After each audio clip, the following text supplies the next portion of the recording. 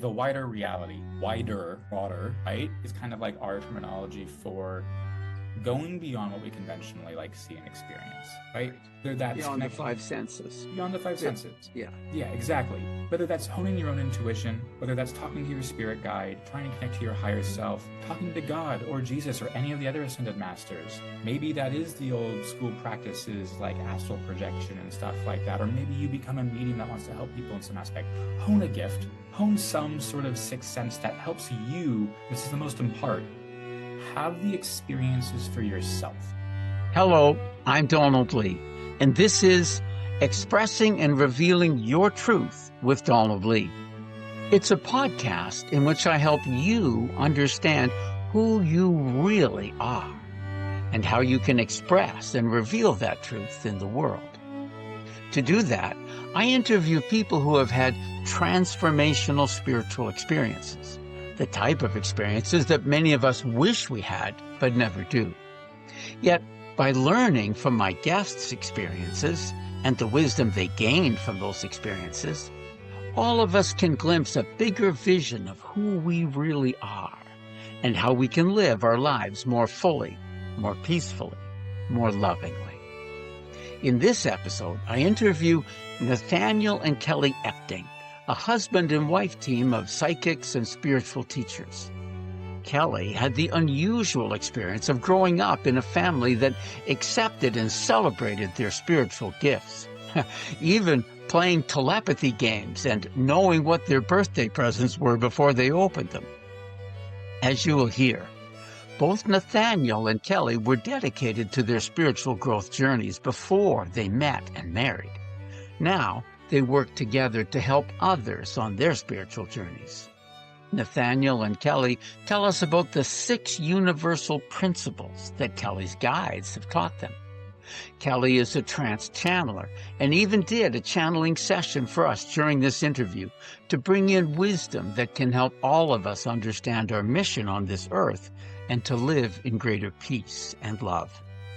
I'm sure you will enjoy this animated conversation with the incredibly joyful Nathaniel and Kelly. Welcome, Nathaniel and Kelly. It's a joy to have you. We met, it's almost 2 years ago now, a little over a year and a half at the Sedona Ascension Retreat. And, you know, one of the first things I was so taken with is that the two of you are just bubbly with joy. We are pretty happy. It's so exciting. And as I've written in some of my books, that's a sign of the presence of God. Right? So it's wonderful. But we want to hear your story, individual, collective stories, whatever, about your spiritual awakening. And it's different for everybody. And I guess yours has been a little bit of a journey, not so much one particular point in your life you can point to, but a series of things. But let's hear your story of your spiritual awakening. Take it away, Nathaniel and Kelly. Yeah, for sure. Well, thanks for having us on. We're super happy super great to connect with you again. We had a great time talking with you at Sedona Ascension Retreat. Yeah, like you said, our story, I mean, we're married, so our story now, it does intertwine at some point and keeps going. But like, I think the cool thing is that for both of us, before we knew each other, we were already on those journeys and on those paths, you know, and like little experiences throughout our lives that kind of kept us invested in it and kept pointing to, hey, something's here, until we were old enough and I think like mature enough to like actually make that connection with spirit, to actually get some of those like bigger like truths and concepts to go by.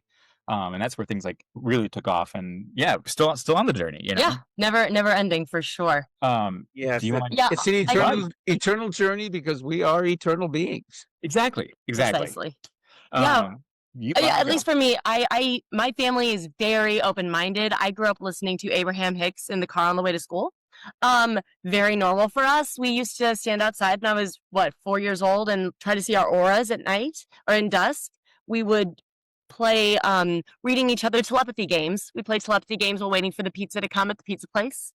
And this was just my childhood. It was totally normal. I talked to deceased relatives on the regular, and it was something my parents definitely encouraged and were very proud of. And so for me, there was never this fear that arises for a lot of people. I was never afraid because this was just part of what was celebrated in my life. And so it was a very warm and inviting world of things. And so throughout time, as I got more invested into it, things changed, of course, and got deeper and had more nuance to them. But at least for me, that's kind of why I say it's an odd story for me, because there was never a moment of, oh, this is real. I mean, that was baby birth. You were socialized in the usual That's way. beautiful, Kelly. And you know, I think that, you know, through this ascension, we're moving into a time when that's going to be normal Yes. in homes, in people's lives, in people's households. And right now it's very unusual. Mm-hmm. And I think it's going to gradually become more and more usual to the point that it's just, well, everybody does it. Yeah. Like, can't everybody read minds? Exactly. Yeah, exactly. Who needs to get the latest iPhone? You can just, mentally call up your best friend or something like that, Yeah, exactly. You should tell them about birthday presents. Because the story behind your dad's Oh, painting. yeah. How do you give a secret birthday present when you can read each other's minds? Oh, it's actually such a pain. Actually, we have had issues Oh with my that. gosh, I can't tell kid you. not. We actually have to put like mental blocks on our minds because we guess each other's presents almost 100% of the time. There was one Valentine's Day too, where like we were we're trying to be together. So I did not get a free moment to get away and like surprise her with flowers. So she was in the shower and I like ran off to the store real quick. And somehow I got out of the shower and I was like, oh, I think Nate got me flowers. And then I show up at the door. She's like, I totally got that hit. You were thinking about it too hard, So we have to not think about things. So now we have to like put them like, okay, put it in a box. Don't think about it. Don't send out that vibe so she doesn't pick up on it or vice versa, because that has happened. Oh, I know what story you're talking about now. Your dad's painting. Yes, I got back there. I got there. That's when I was in 4th grade, I was very obsessed with my sister, Sarah. Just really, really wanted everyone to know about my sister, Sarah. Now, I have a little brother. I don't have a sister.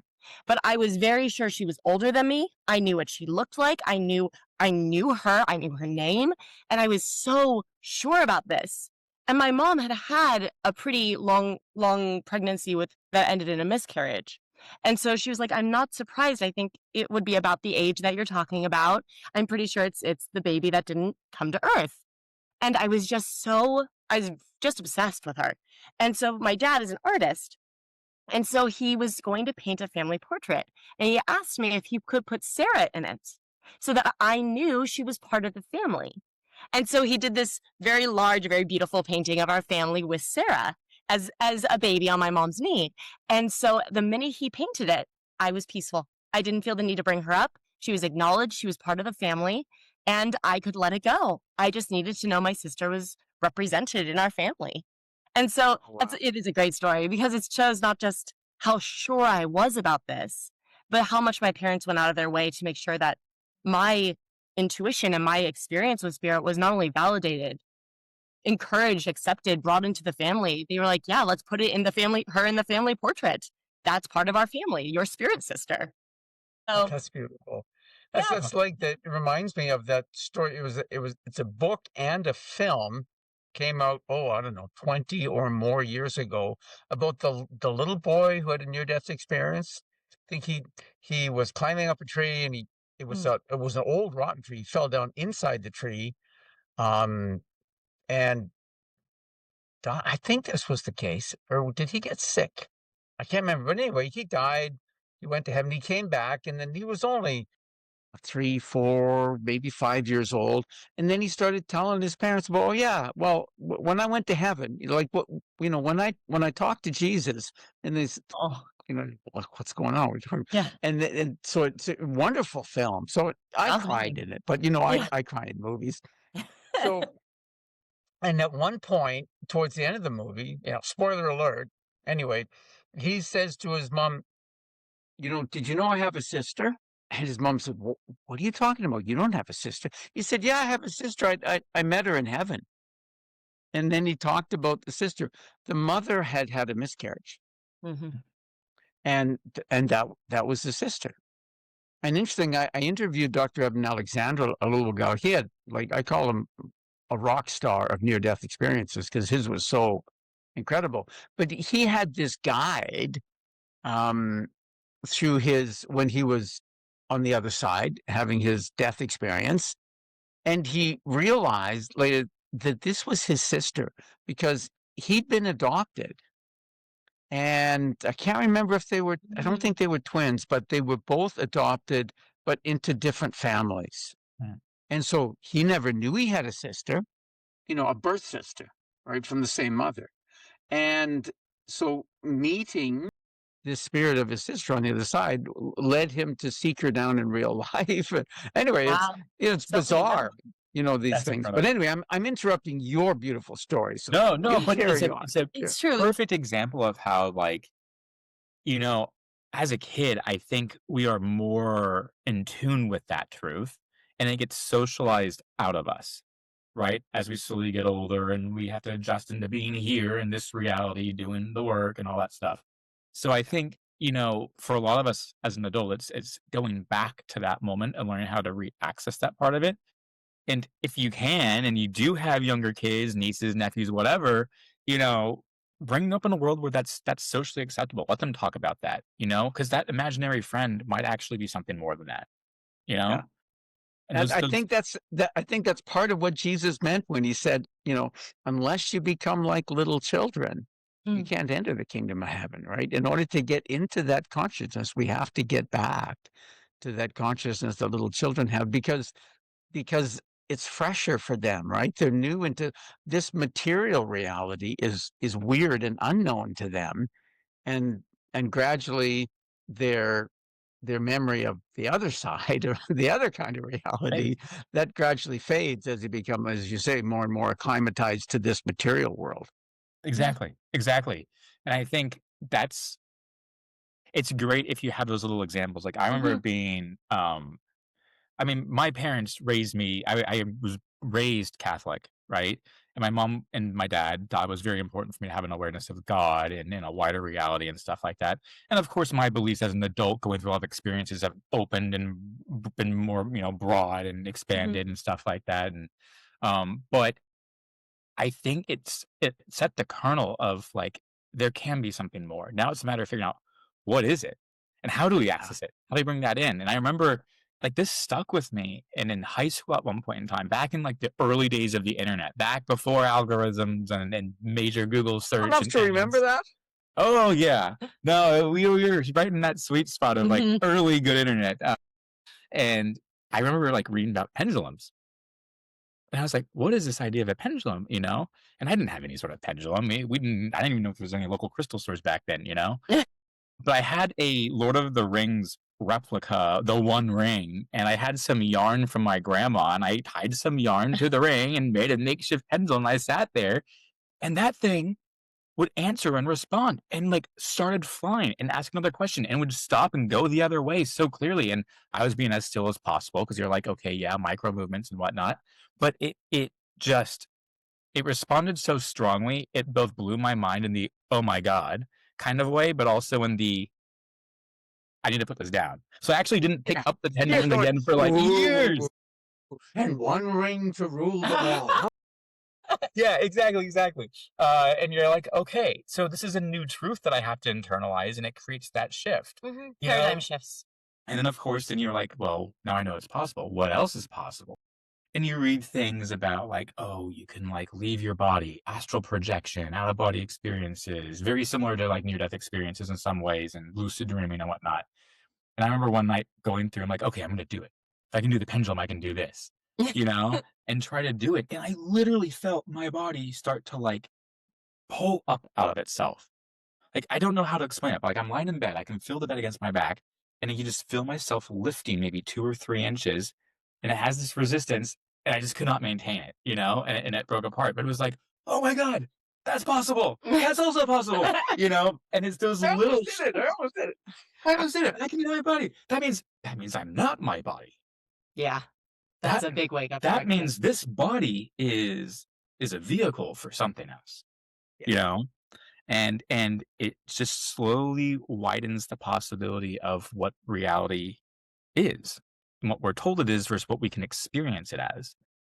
I I think think that's what's so strange for us coming yeah. together is because we had both had these kinds of experiences separately in our youth, in, childhood through high school.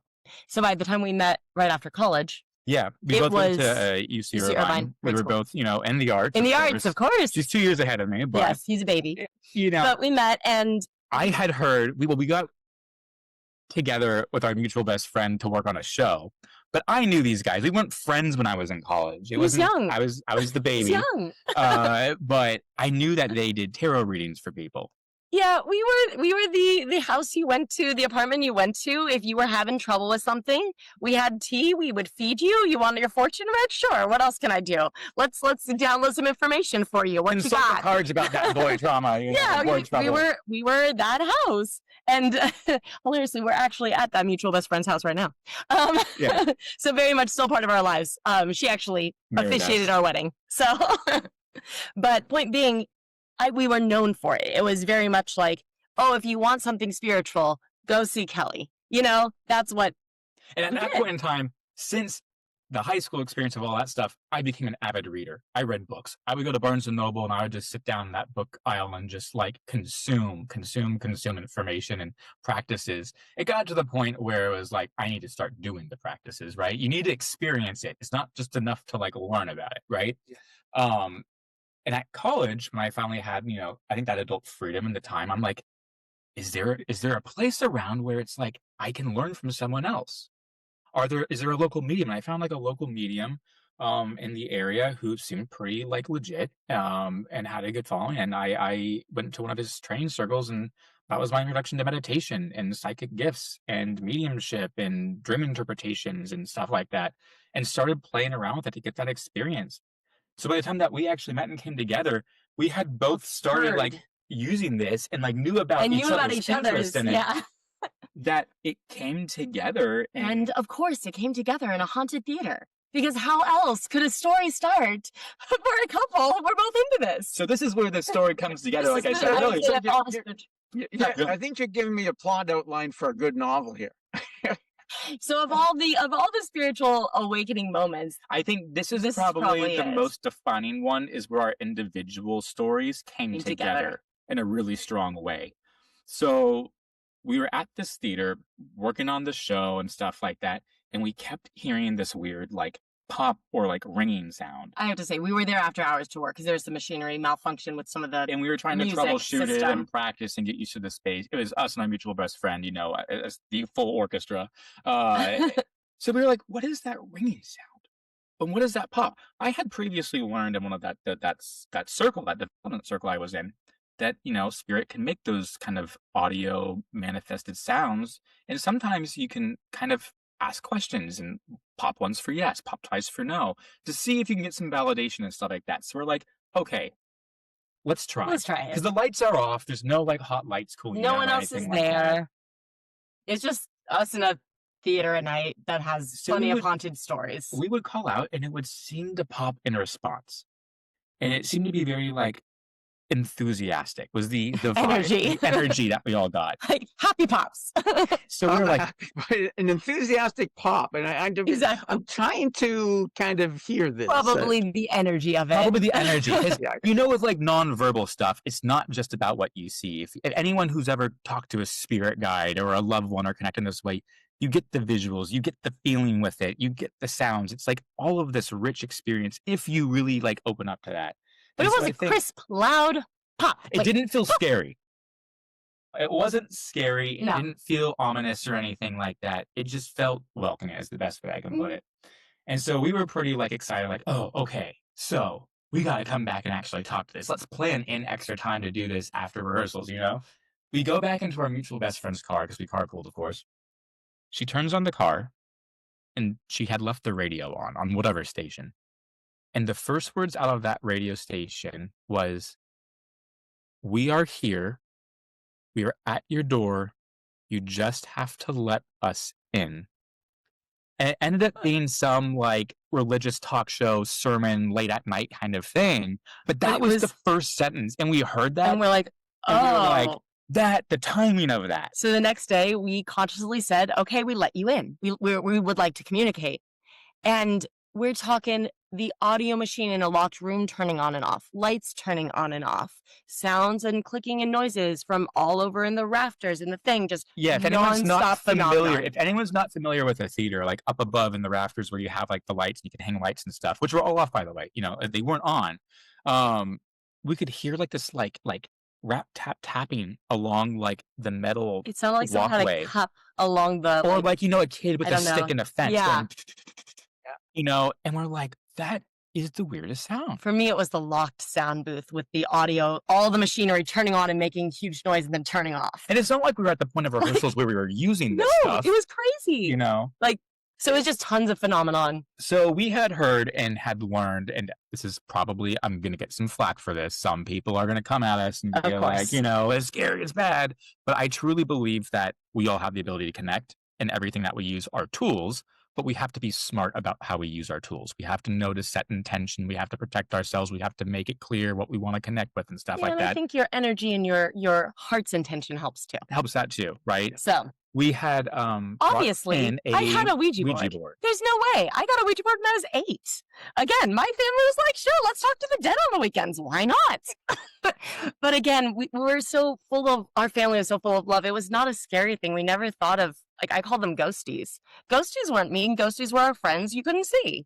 So, yeah, we talked to ghosties in any form. Sometimes nicer than the humans. Yeah, they made pops sometimes. Sometimes they moved Florjets. Whatever. So we had smudged it. We had done a meditation and set the intention and protected it in white light. And you did the whole litany of things you can do, right? To make sure it was a pure experience. We do believe tools are tools. That no tool is evil. And it holds inherent value, right? Yeah. So, like, we used it to essentially communicate with whatever spirit presence that was there.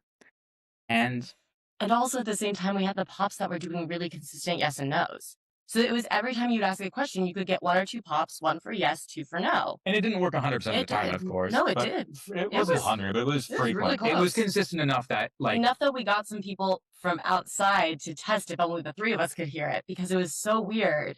We had to double check that it wasn't us, and they could. So the phenomenon was across multiple people externally, which was a big one for me. And pretty much over the nights of rehearsal and doing it this way, this spirit teacher came forward and taught us about a couple.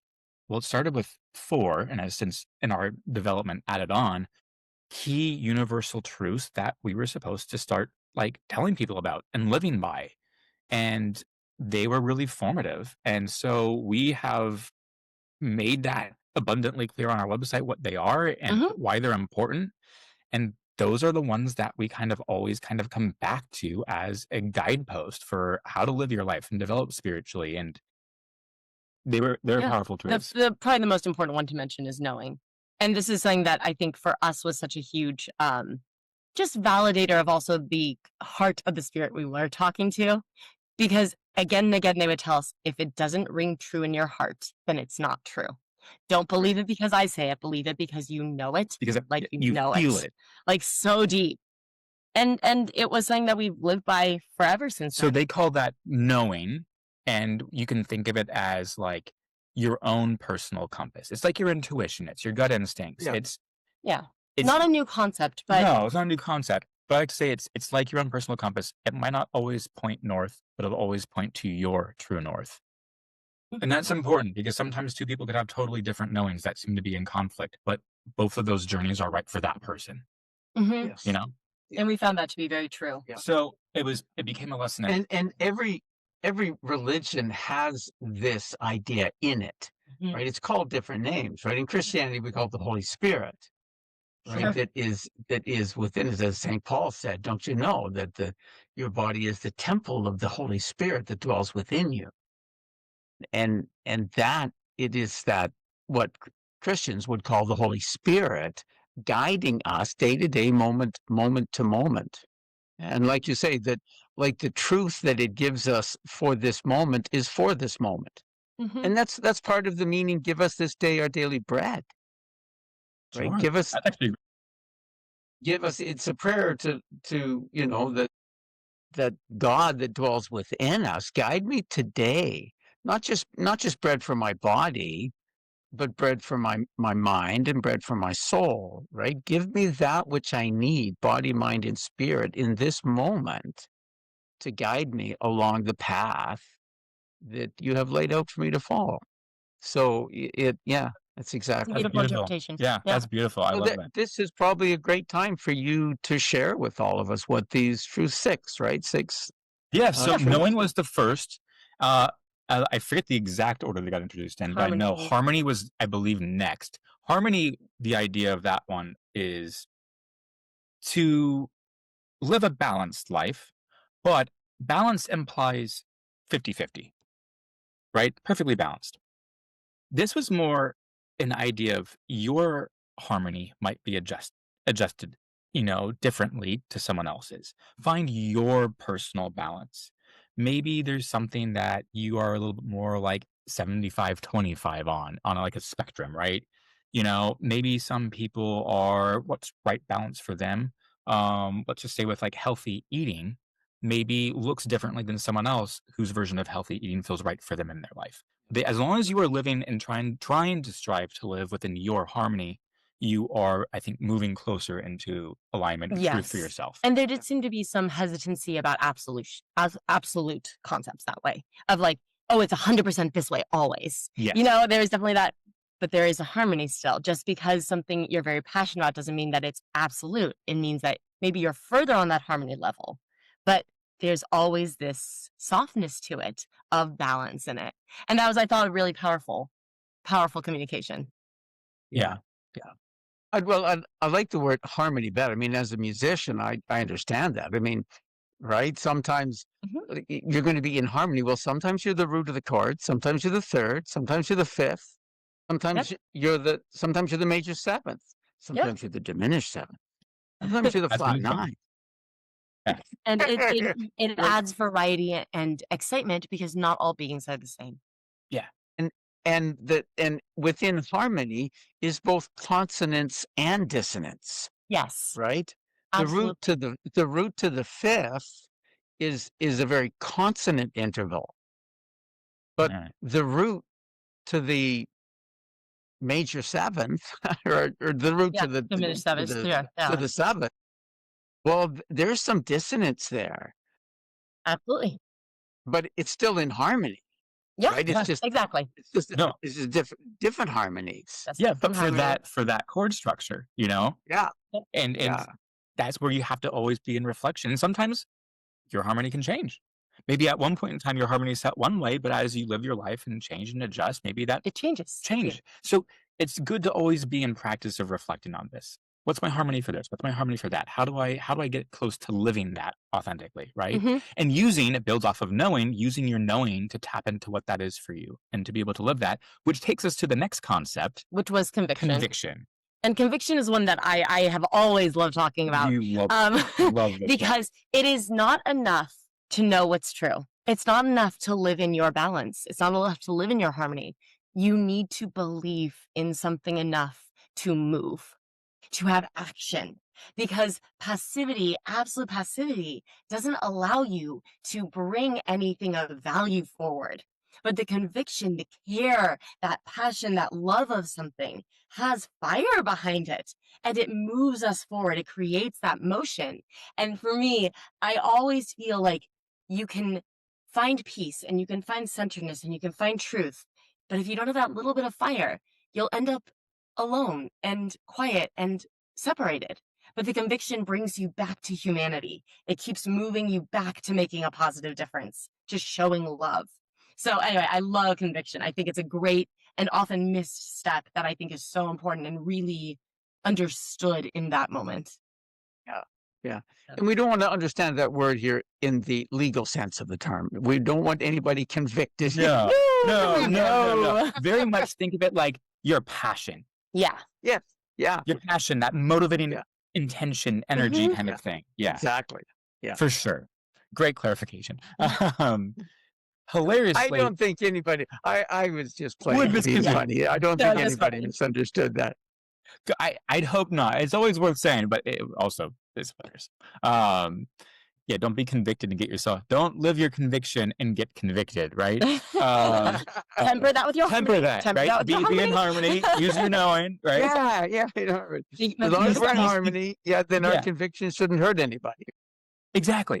These concepts support each other. They're so synergistic, which is why I think they waited to this last one, because I think it was the most complicated. Many times said, we asked, what is the purpose of life? What is the meaning of life? Because, and they gave us this answer. Maz. Maisie. M-A-Z. Maz. And we're like, what? Is that like the answer to the riddle of the universe is 4? A Yeah. little bit, but they ended up telling us what Maz meant. They said it was a spirit term. Okay, what does that mean now? You know? Yeah, Maz. They said it's a spirit term. Why 4, right? Which ended up being, okay, so kind of like you said earlier, every religion, every practice has this as a concept in one shape or form. In most ways we hear about it, the word is love. You can think of it as unconditional love, pure love, right? Divine love. But what Maz captured was this depth and richness that I don't think we've ever fully considered up until for this us point. At least. And I will say, it did take us nights to fully get it to the point where they felt we understood it enough that they were happy. They really kept being like, almost. At this point in time, they weren't. I'm sure people are curious about this. They're not spelling out all of this letter by letter on the board. At this point, once we got the basic concepts, we'd sit, we use our knowing, discuss amongst ourselves until we were all so sure about it, and then we could ask for confirmation, and we could go back, maybe give us a hint. Okay, we have to go back and revisit this concept until we get the yes, you got it. Much more the downloadable information. It was very collaborative in that aspect, connecting with it and using it. We hadn't, I think it was safely at that point in time in our journey of how to connect with it, but so Maz brought in this richness of not just human love, but spirit's love and nature's love. And not just for us, but for each other. So it's humans' love for other humans, it's humans' love for nature, it's humans' love for spirit, and it's spirit's love for nature, and it's spirit's love for humanity and for other spirits. And then it's nature's love and part of that process through the animals and the trees and the forest and whatever else is out there in this kind of very synergistic part of the universe with us as well. About the intertwining of it, and they would twist our hands together all the time, all three of us twisted. And they would say, this is what it's like, this is what it's like. And suddenly they twisted far and we're like, this is uncomfortable. And we get, yes, this is uncomfortable at times. And then we go, oh, love it, isn't it? Loving. And they're like, yes, this is love sometimes. Like, it is sometimes painful, and it is sometimes beautiful, and sometimes spirit is hurt because we're afraid of them. And that is part of their love for us. And sometimes nature is hurt if we take advantage of it. And they still have Maz for us.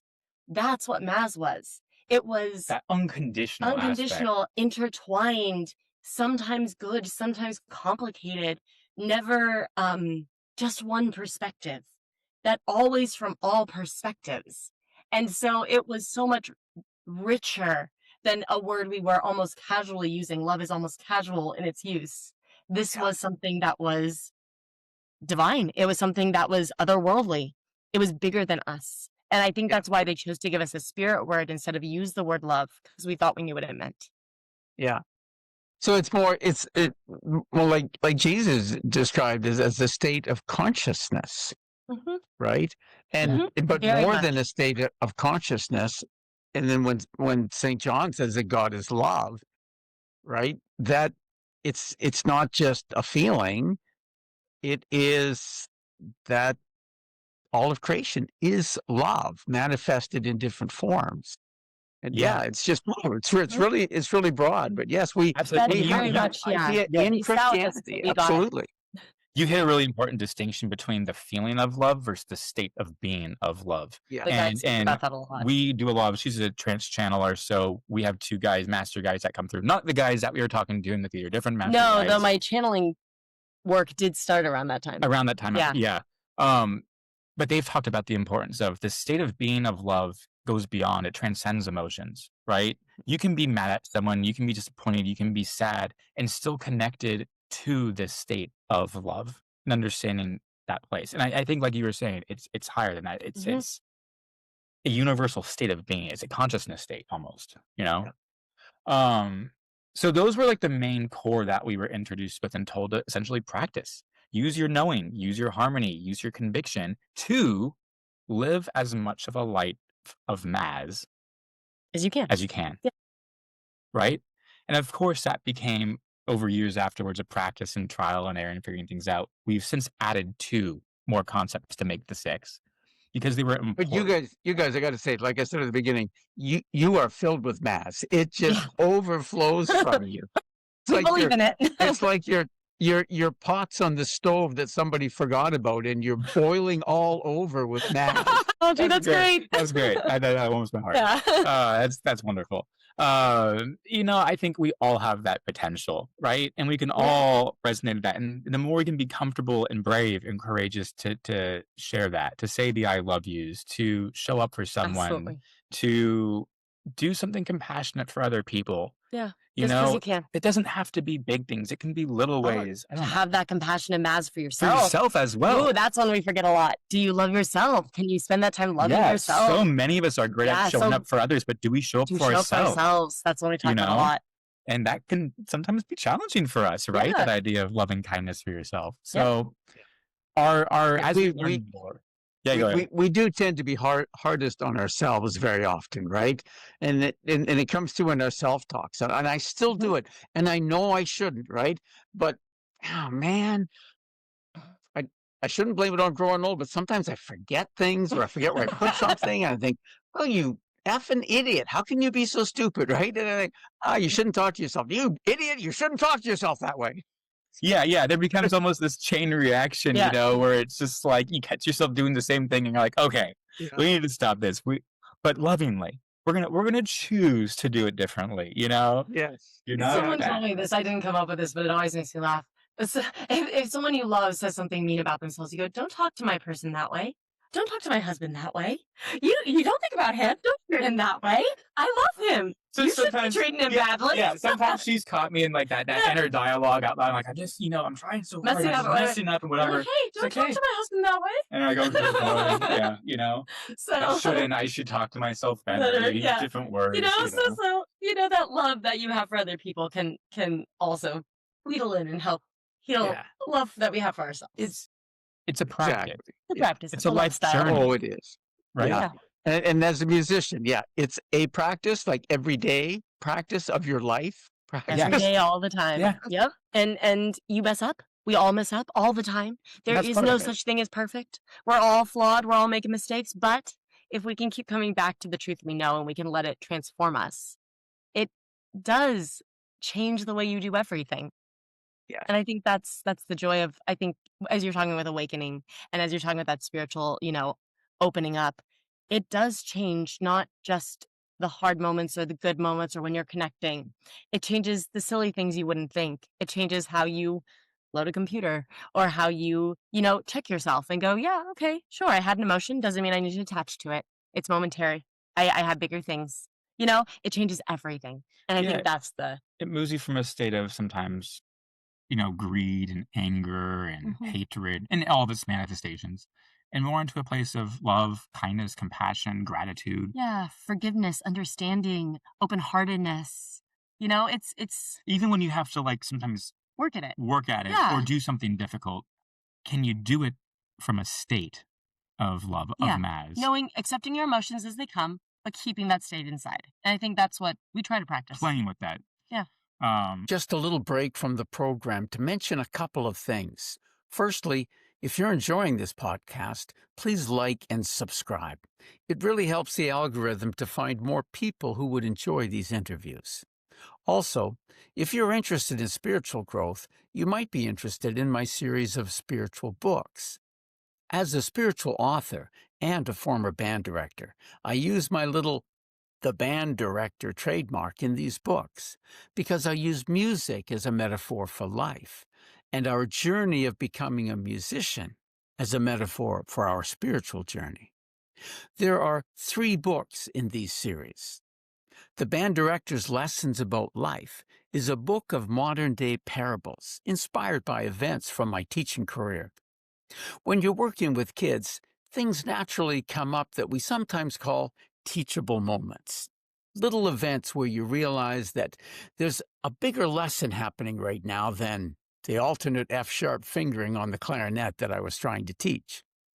I started writing some of these little stories down and turning them into modern day parables. So, the band director's lessons about life has 50 little parables. It's a bit like a chicken soup for the soul book. Each parable is about 3 pages long. Each begins with a story that happened in school, and then there's a reflection section that draws a spiritual lesson out of the events of the story. That is, it explains what the spiritual metaphor means.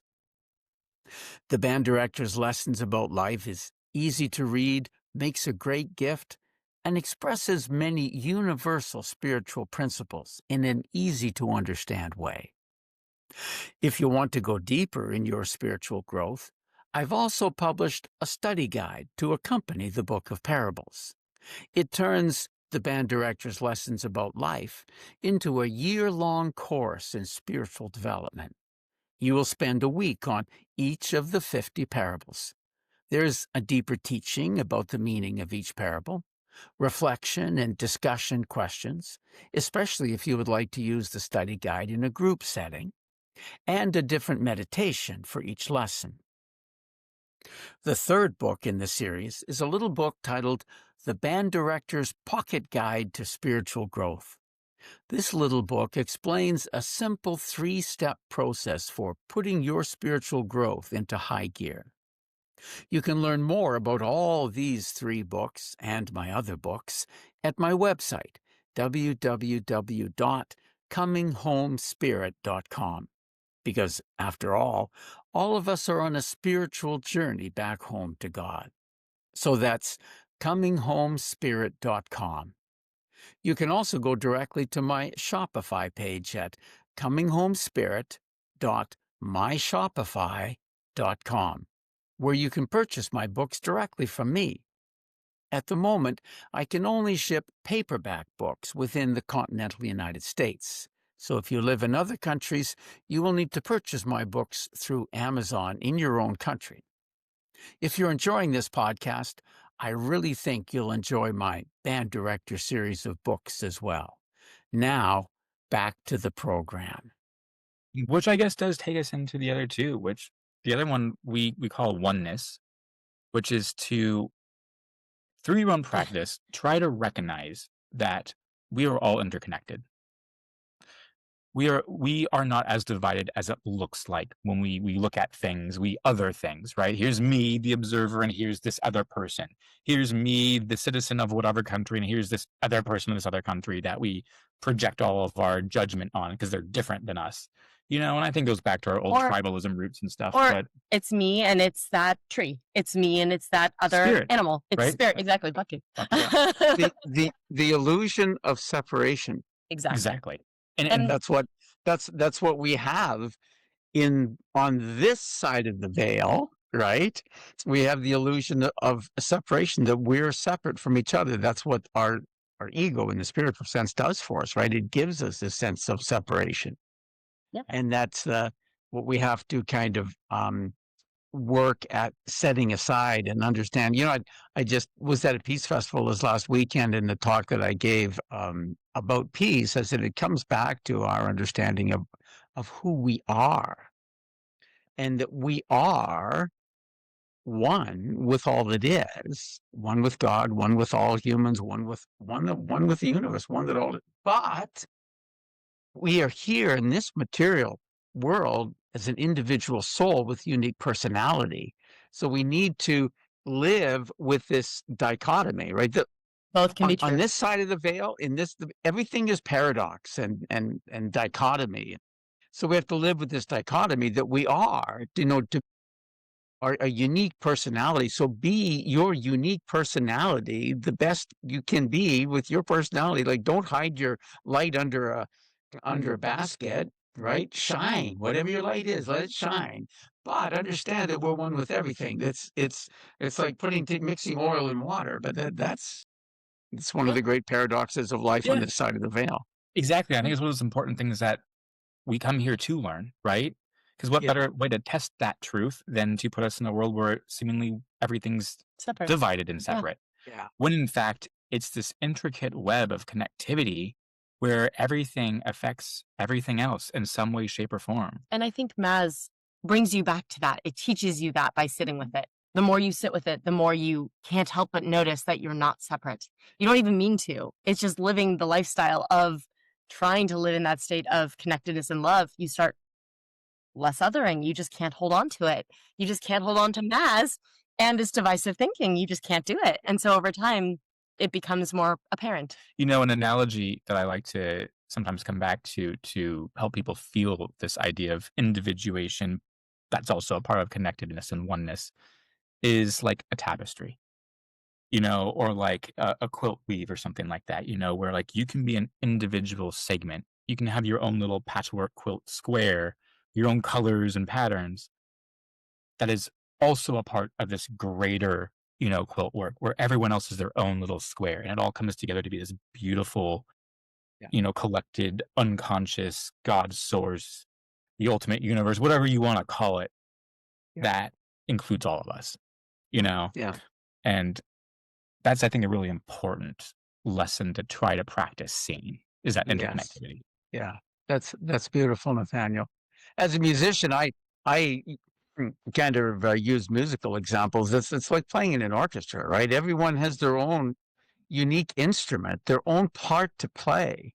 Right? You might have 40 or 60 or more different parts, right, on dozens of different instruments, but everybody's part has to be there, or the whole thing isn't complete, it isn't Exactly. right. Absolutely. And we're all trying to make, we're trying to create Beethoven's Fifth Symphony here, but Yeah. like if you don't have the timpani, it doesn't Not happen. the It same. has to be there. No. Right. So, I mean, the same with every Yep. other part. Every part needs to be there in its own way with its own unique personality and timbre and all the rest of it. And together we create this beautiful masterpiece. Yeah. That's Absolutely. having played in an orchestra, I wish I had thought of that example. It's such a It's a beautiful perfect one. example. It's great. All right, give us our sixth. The last one, number 6, the wider reality. Wider, water, right? Is kind of like our terminology for going beyond what we conventionally like see and experience, right? Right. Whether that's Beyond the connecting five senses. beyond the 5 Yeah. senses. Yeah. Yeah, exactly. Whether that's honing your own intuition, whether that's talking to your spirit guide, trying to connect to your higher self, talking to God or Jesus or any of the other ascended masters. Maybe that is the old school practices like astral projection and stuff like that. Or maybe you become a medium that wants to help people in some aspect. Hone a gift, hone some sort of sixth sense that helps you. This is the most important part. Have the experiences for yourself. Yeah. Because We believe in that. everyone talking and sharing their things and their opinions, they're great. We need people to share information and truth to resonate with people, get people to feel things and have that initial, oh, that resonates with me. And that helps you on your path. But ultimately, the goal is to not just blindly believe and follow, but to put it into practice, experience it for yourself, and Run it use by your that knowing. information. Yeah, modify the practice. Yeah. So have that. Yeah. Go Have an beyond- experience. Yeah. Don't get stuck in a book. What's here? Live it. Yeah. So So then Yeah. all that together, I think, that's those are the good pillars to those are the pillars that I practice. think that govern our lives. We come back to Yeah. all the time. We talk about, we live. It's, and again, I say it and I really mean it. No one's perfect. We make mistakes. We get off track. Of course. part of the part of the That's part of journey. it. But you get back on track and you come back to what matters to you and you always keep coming back because that's what matters. Mhm. That's beautiful. Thank you so much for sharing that. Yeah. Yeah, absolutely. I often say that, and the whole reason that I'm doing this podcast really is to help people expand their understanding of reality by hearing the stories of other people who have had, transformational spiritual experiences. But in the end, we're really only convinced, like you say, by our own experience. When we experience something for ourselves, then we know it in a way that is, yeah, Then we have the knowing, as you say, when we've had the experience. I teach a lot of meditation now. I've worked with like mediums and psychics and intuitives bringing in meditation to help them find flow on their practice and stuff. And that comes back to my own experience of how I got into meditation after all of this happened. And I found it a really great tool to reflect on these concepts and stuff. But one of the biggest things I see is doubt. Doubt is one of those like hindrances, particularly self-doubt and doubt and like what's beyond that. And make no mistake, having healthy skeptical doubt is good. We want to question things. Yeah, no need to be Always blind. question. Always listen to your knowing. Question yourself at times. Healthy questioning, healthy skeptical doubt is really stemming from a point of confusion, something that serves you to keep investigating, to keep looking, to be curious, right? And that serves you in your journey. That doubt that just stops you and shuts you down and isolates you, Yeah. that is hard doubt to crack. What if I can't do it? Yeah. What if I'm making it up? What if it's not enough? What if I'll never get there? That's the hard danger stuff. doubt. Yeah. And you know what I'm thinking right now is if you look behind that doubt, what you really find is fear. Mm-hmm. Yeah. Fear. Absolutely. Fear that maybe you're not doing good enough. Fear that you're not right. Fear that the information you're learning is a bunch of baloney. Fear that maybe there is really nothing beyond, right? That fear is going to show up in different ways for different people and probably multiple times, right? It doesn't usually just take one time of learning that lesson. You got to keep learning it deeper and deeper. But trying to be curious past that. Right. Yeah, So you're afraid. But are you also curious? start with a concept, start with a teaching, start with something that resonates with you and your knowing. And then maybe that moves you into working with a teacher or someone, a mentor or a guide or someone that you trust who has had a little bit more experience because their experiences get to help that doubt a little bit more. It gives you a little bit more trust in the process. Maybe borrowed. It matures that trust further, which counters that doubt, until that borrowed trust becomes your own trust born of experience. It's that unshakable trust that you go, I don't care what someone says or what their beliefs are. I have this experience and I know it.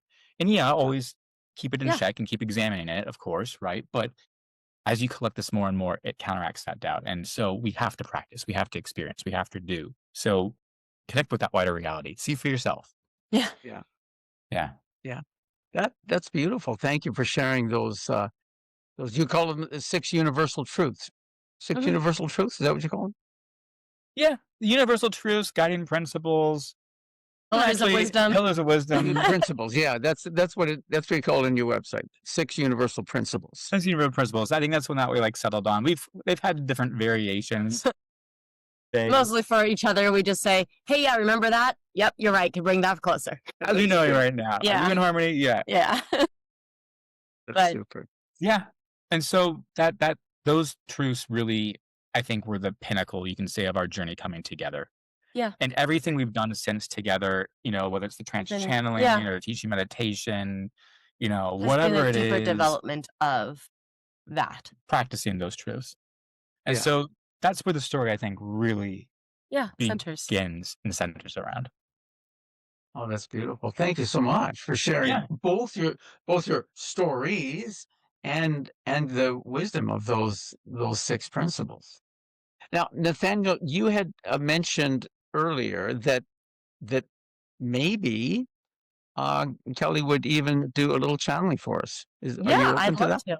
Yeah. So can we ask, since like the idea of my podcast is then to bring through wisdom, guidance, advice to people on how we should be living our lives. Can you ask your guides, and you'll tell us about your guides or whoever you connect with? I cannot ask them anything. You can ask them. I will be in trance and absolutely not around. So when I go into trance state, I actually personally believe that I kind of blink out. I'm not residing anywhere that I know. My mind is pretty much not processing. And my guides borrow this beautiful physical shell I get to enjoy, and they get to enjoy it for that time, and they get to use my body to speak. And so they are entirely out of my control the minute that I'm in trance, which means that if you are like, "Hey, I'm done," and they're like, "We're not," they're not going to go anywhere. If you're like, "Hey, I'd love you to talk more about this," and they don't want to, they will say no. and I can do nothing about that. They are entirely autonomous beings. And so they're generally, we connected over, obviously this is who we are we just told you our mission, our life here. So they're lovely, wonderful beings, of course, because that's Always who we in work people's with. best interests, whether it's one guide, you'll meet Freya, very love and light, mother, maternal energy, very smiley. The other one, Hecate, is really comfortable at looking at like the shadow parts of our life. Yeah. In service of good. How do you manage fear? How do you manage doubt? How do you use that in service of your highest interest? And so she's really great at those kind of things. She comes through rarely. She might not come through. She may not come through. She may. I can't tell you. Honestly, it's a surprise for us every time. Every time. But I will just say it because if you're listening, it can be shocking. They clap to enter, they clap to switch, and they clap to leave. And sometimes you'll hear a calibration with the voice. Like she might switch up and be like, I am. Pretty much just one. As the energy shifts, it calibrates to Kelly's body until they take over. And yeah. And then you'll also tell me what happened afterwards. Oh, okay. Yeah. Nathaniel can tell you. Yeah, I'll catch you up. We'll listen back to everything. It'll be recorded. You can listen to the podcast. Exactly. Lovely. So That's usually how it goes. Yeah. So they come, if we hear applause, that means there's a crowd there. That's amazing. Love that. That's funny. That's great. I'm gonna kind of scoot out of the way so they don't like to bump him. Try not to get in their way. Yeah. Freya might do some like magic of you're watching, some like hand things, healing hand gestures. She moves energy and heals. So if you're listening to this, just listen back and open up to any sort of healing or transmission of energy like that. And if you don't want that, it's okay just to politely decline and say no. That's totally fine. They respect you and your autonomy and stuff like that. But it's open and it's an invitation for you. Should anyone want that? I'm gonna let you keep chatting. I'm gonna go into trance. Great. She'll go down. I'll be able to help you, Donald, know who you're talking to. But then once they come through, I'll see if they have any initial messages for everyone. And beyond that, feel free just to talk back and forth like you were with us. You know, ask them questions, ask follow-up questions, and they'll keep clarifying as much as they can. And yeah. Okay. That's amazing. So whoever is watching this on YouTube or some other video platform will see what's happening, and those who are listening on the podcast. And Kelly has just clapped your hands and smiled. So I'll be quiet now. Yeah, you're great. This definitely by the smiles I can. We talk to them all the time now. So this is Freya. This is Freya. And Freya, you're on a podcast here, as I'm sure you know. For everyone listening, do you have anything you'd like to share? It is all right if you have days where you feel as if you are failing. It is all right if you have days where you feel as if you are a bad person. This is what it is to be an incarnate being. It is natural to feel as if you are not everything you want. It is natural to feel as if you want to be more than you are. This is simply what it is to be incarnate. I would tell you that you are also disincarnate. No matter where your spirit is, it is also inside and outside of you. And so you must know that just because you are having these moments now does not mean that is the entirety of you. It does not mean that that is everything of you. You are so much more than you can imagine. And so I would tell you, do not worry if you have days where you believe you are failing, because you cannot fail, because you are simply not all of you. That's beautiful, Freya. Thank you very much. So Freya, do you have any other advice, messages to help people who might be listening and watching at this time?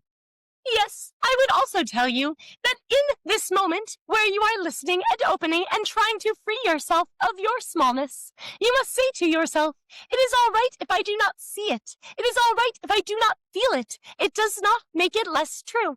It does not make it less true if you are separate from it. It only makes it less aware.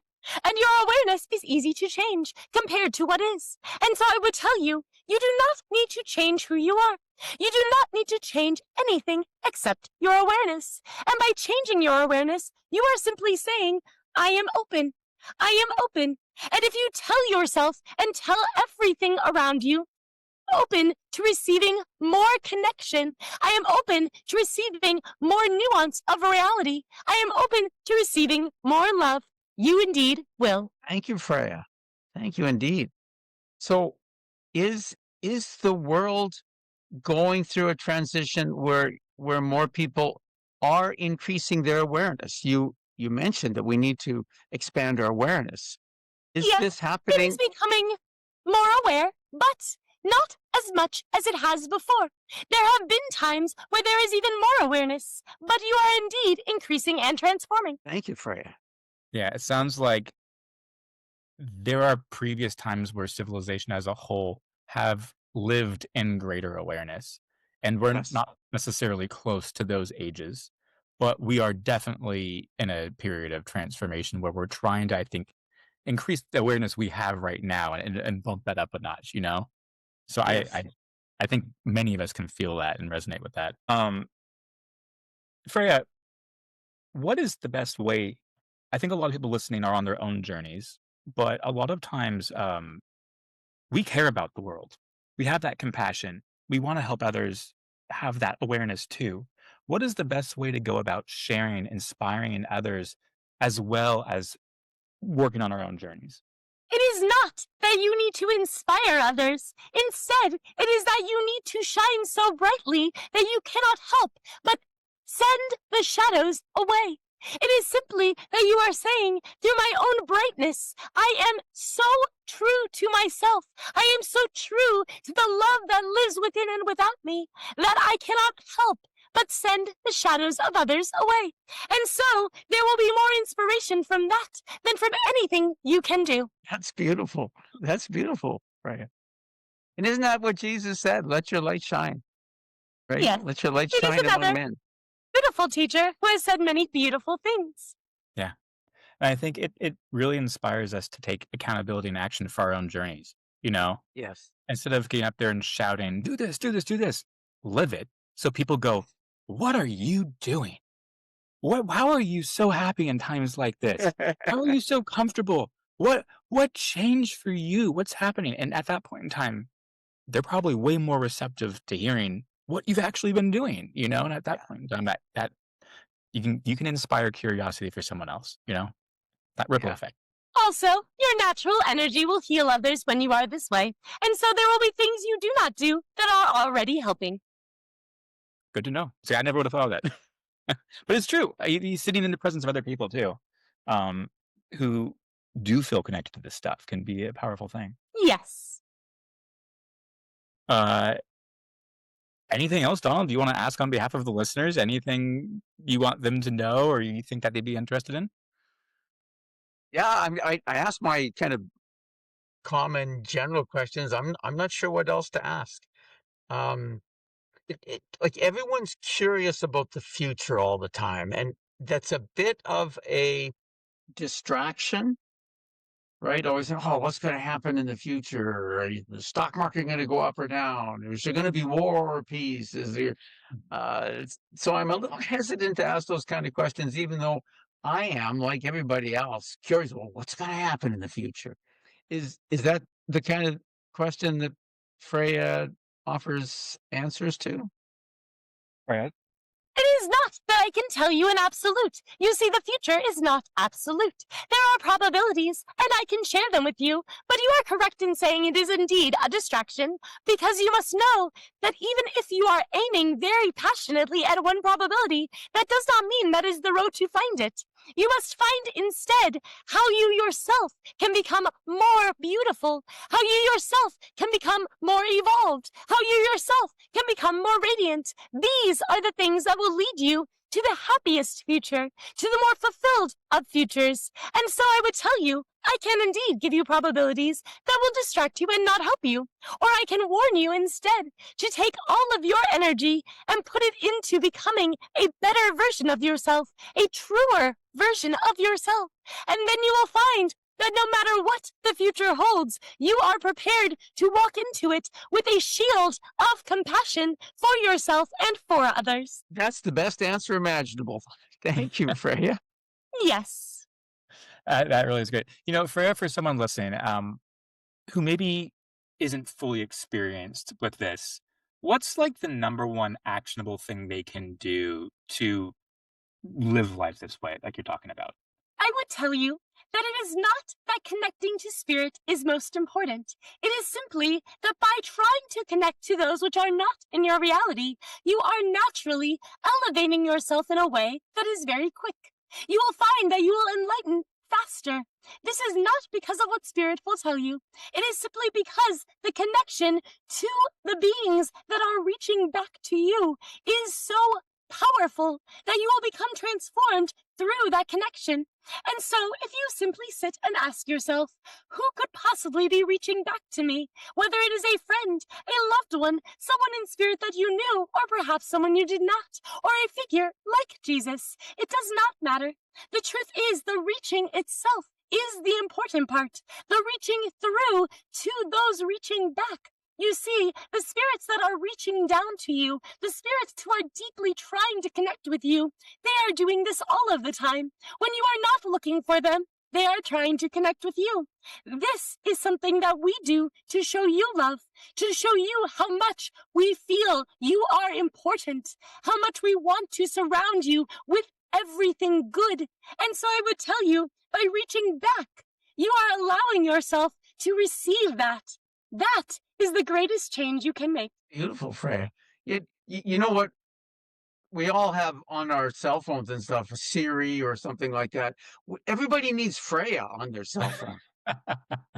That would be great. Honestly, I have the privilege of being married to her, and we get to talk to Freya, and maybe I can do whatever we want.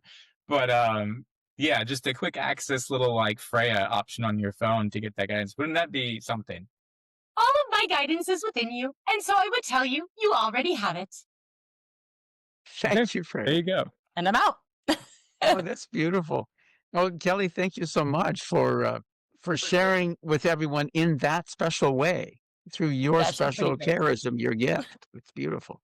Yeah, it's I'm very lucky. incredible to see She's the lovely. transformation of that. She's a hoot. She's a hoot. Yeah. I was okay to offer it, but if anyone listening to that liked Freya and was interested in Freya, we do our best to try to bring their teachings and their methods and their practices out to more people. Yeah, we hold workshops usually that are free that they teach. They choose topics and they teach at these workshops. We do our best to do them quarterly. We don't always stick. It's not always perfect, but we do try to do them at regular intervals so that everyone can connect with Freya and Hecate as they, see fit to connect with others. Yeah, they pick a topic they want to talk about. We don't know what's going to happen. We show up on the idea of talking about that topic, and it's online, so everyone can come through Zoom. They can Can you share your website with everyone? Is that the best way to connect with you? Yeah, two of the best ways is either our website directly, which is modernmonks.net, so modernmonks.net, plural essentially, or Instagram. I would say following Kelly on Instagram. She will post clips from the guys and messages and weekly messages and stuff, which is a fun way to stay connected with it too. You can search Channel with Kelly, right? Mm-hmm. Channel with Kelly on Instagram, and give her a follow. Yeah, and follow me. Shoot me a message. I love hearing from people. I'm on there too. You'll find me. We collab on stuff all the time. But if you want the guides information, you gotta follow it. It's you. Yeah. Channel with Kelly on Instagram or modernmonks.net. Yeah. So why did you choose monks? So we normally associate monks with celibacy, and you guys are married, I presume, kind of happily and happily. So that is. I never thought of that. Not the route No, I took it's not. But the answer still is the same. Yeah. That's hence the modern. Oh yeah. Right. So how can we essentially come back to this idea of enlightenment, of compassion and love and all of these things? How can we put that into a practice instead of just learn? How do we experience it? Right. We talked about it a lot today. But how do we use our modern opportunities? Still live in this world. How do we still live modern? As wonderful. I've sat many retreats and Buddhist meditation. Yeah, we're very big on meditation. Both of us really do a lot of meditation. Of that, and I think giving yourself the gift of a quiet retreat to reflect and shift your perspective to something different, to learn from, is invaluable. But for a lot of us who are also balancing daily life, work and kids and families and friends and all sorts of stuff going on, retreating and leaving that all behind isn't always possible or the right answer for us or the right individually. harmony. So how do we bring it together? Yeah. And so modern monks was the idea. Oh, that's great. That's Yeah, beautiful. and neither of us are official monks or anything like No. that. But it's just, it's more than one person. We do love meditation. And it's hopefully anyone else listening who likes that. But we do like meditation. Meditation's a fantastic And tool. it definitely was a major factor in allowing me to get into a deep enough trance states fast enough and consistent enough is my lot of practice with meditation and alternate states through it. Yeah. So, it's a great tool. Well, that's awesome. Nathaniel and Kelly, thank you so much for joining me today. It's been a pleasure. It's been enlightening. And as I said, now the third time I'm saying it, you two just bubble up with love and joy and Maz, as you put it, that it's just it's an uplifting experience just to be in your presence, even though we're on opposite sides of the continent. Yes. Well, thank you. And you it as is- well, You as well. truly. I mean, it's so wonderful that you bring people on here to share their story, to inspire others, Yeah. and do that part of the process of facilitating that. So, Definitely thank you. aspect of Mass. Yeah, Sure. for sharing that and Yeah. spreading that and letting all this ripple out, however it may, to collectively help all of us. That's really beautiful work that you're doing. Thank you so much. Yeah. Nathaniel and Kelly, God bless you. Peace be with you on your way in the world. And I'm sure that we'll talk again.